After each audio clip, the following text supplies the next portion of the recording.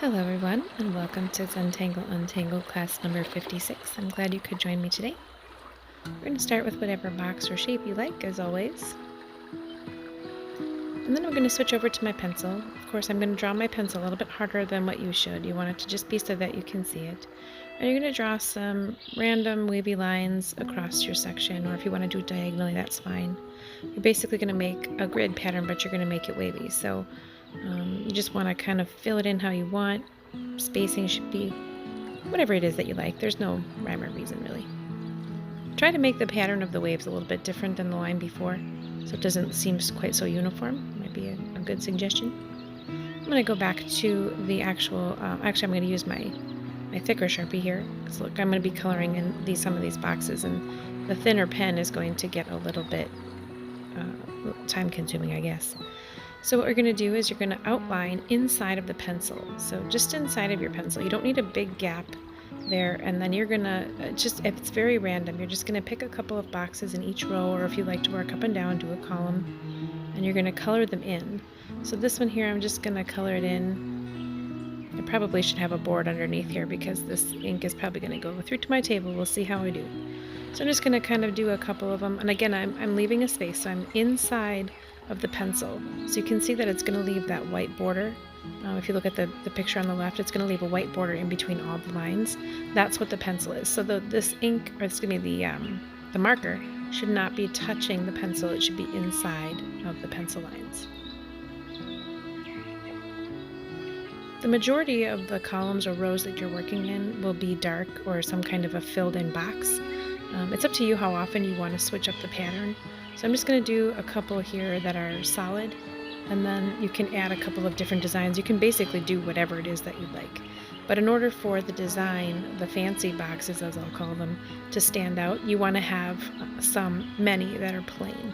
So like here, for example, I'll just do some vertical lines that kind of follow my shape a little bit, and they'll go off to the right of my box. So they'll kind of look like they are continuing on beyond my line here. But again, I'm staying inside of the pencil lines. I'm not going beyond that.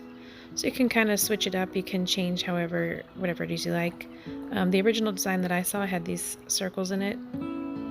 I think they're going to kind of turn out to be a little bit more like ovals for me, but good luck for you. And you can either color the ovals in, or you can leave them white, or you can add a different pattern in here entirely. It's up to you. Just again, make sure that you have the border around. So see on the edge here of my circle, it's not touching anywhere near my box.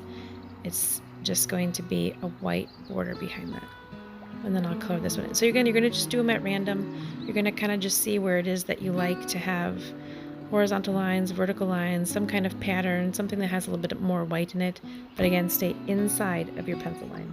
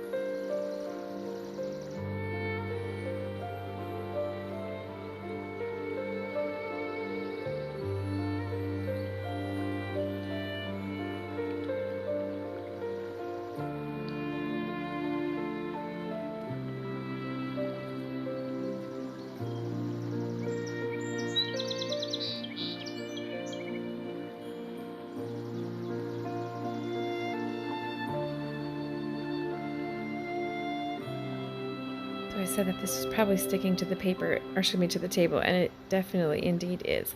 So if you are using a Sharpie of any kind, you would want to have some kind of a board, especially if you're on a wood table or any table that would show off. I'm just going to keep going because this is kind of like my craft table, but I still don't want it to stick, so sorry about that.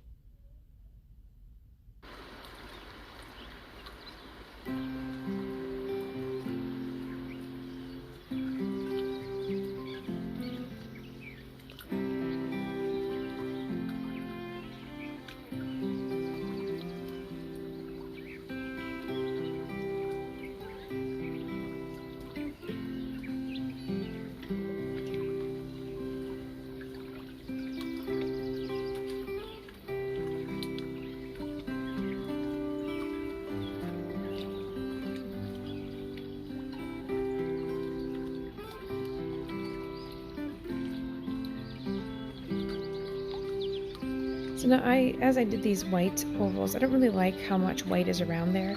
So I'm just going to take my pen and just kind of draw some little lines that just a little teeny tiny bit to fill it in. They're just actually a bunch of lines right next to each other, just to kind of fill in that little gap around the circle. You could certainly fill them in with polka dots, or you could use another color. So if you wanted to have like a gray background behind each of the ovals, that's fine. Or if you like how it looks with the white background, you certainly can. I don't prefer it, so I'm just going to fill those in. That part is completely optional.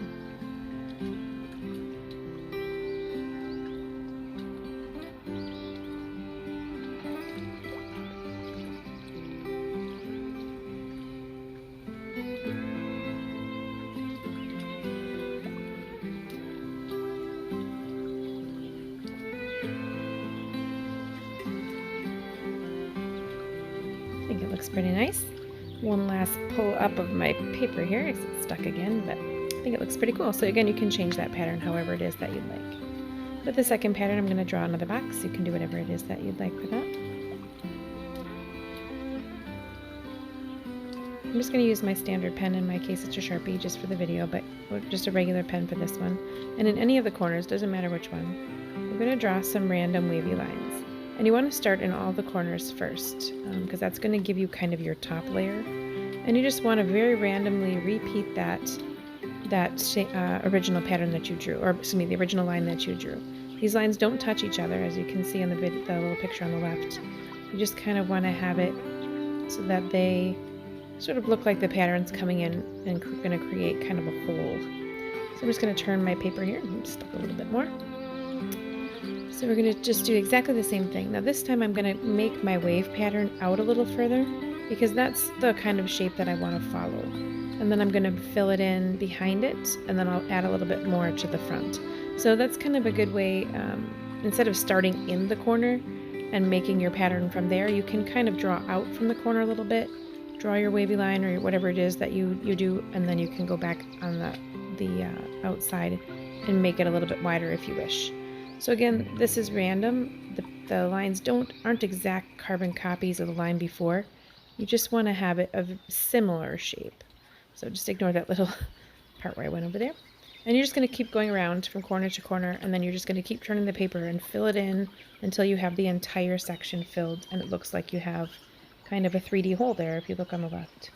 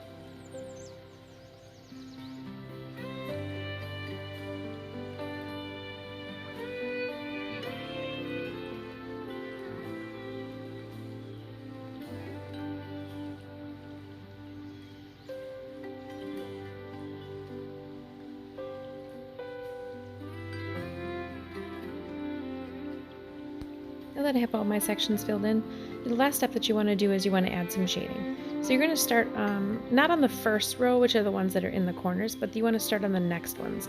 So you don't want to start down in the middle of the drawing, because that's going to be the darkest section.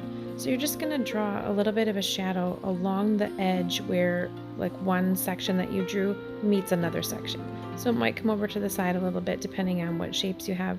And you want to add the darkest shading on the very, very edge of the line, and then the lightest shading as it comes towards the middle. So this here, I'm going to draw it a little bit darker, just push a little bit harder. And you certainly don't do that. You can just layer the pencil as long as you have some kind of shading right along that edge to kind of create that darker underline. It's not really an outline, but it's like it comes out from underneath it. You can smudge it a little bit. That's the kind of look that you want to go for. So just work your way around. And again, the very center one, the very last one that you drew, is going to be pretty much dark all the way around it, because that's the one that's supposed to look like it's all the way at the bottom of the hole.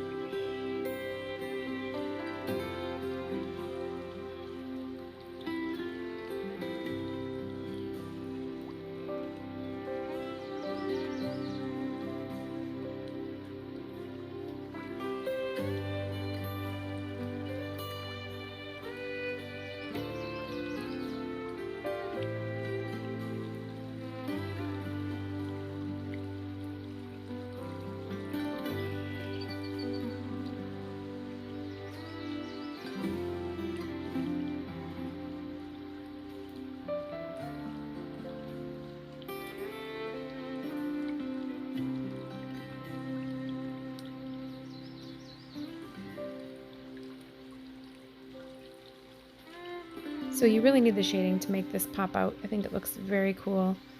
You can use this as an edge treatment between some pieces, or you can use it as a fill section like we did for this one, and just kind of smudge it. You can always go back and touch it up. It's up to you what you want to do.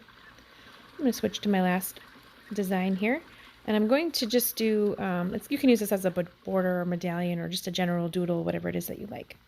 Draw a center circle, and then you're going to color in this circle, but you want to leave what I call a glare mark, or is called a glare mark.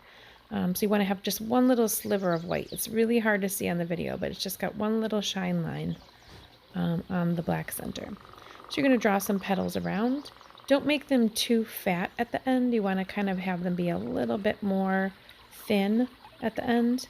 If you have 5 or 6 or 7 petals, it doesn't really matter. Just kind of fill it in however it is you think looks good. I'm going to pick one petal, and I'm going to basically draw a little hat. So you start on one side, kind of come up a little bit, and as you draw the next ring, it's going to get smaller and smaller and smaller until it just goes to a point. So it's kind of like, imagine like an acorn hat.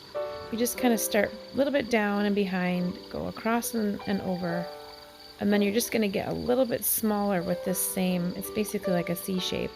You're going to get a little bit smaller and smaller and smaller as you get to the top. And you can curve this piece. You can make them really, crazy and long. It's up to you. So if you have a really big flower or petal, you could, make these pieces really, really big, or you can just do kind of a good amount that looks cute.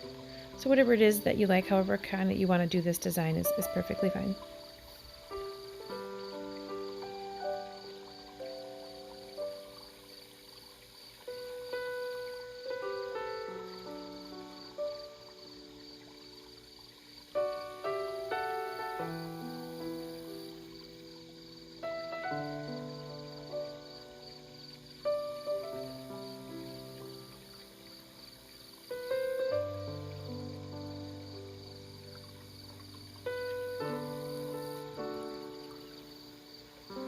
Now that you have all the caps on your petals, you can kind of fancy this up however you like, or you can leave it alone. You could add some color, whatever it is you like.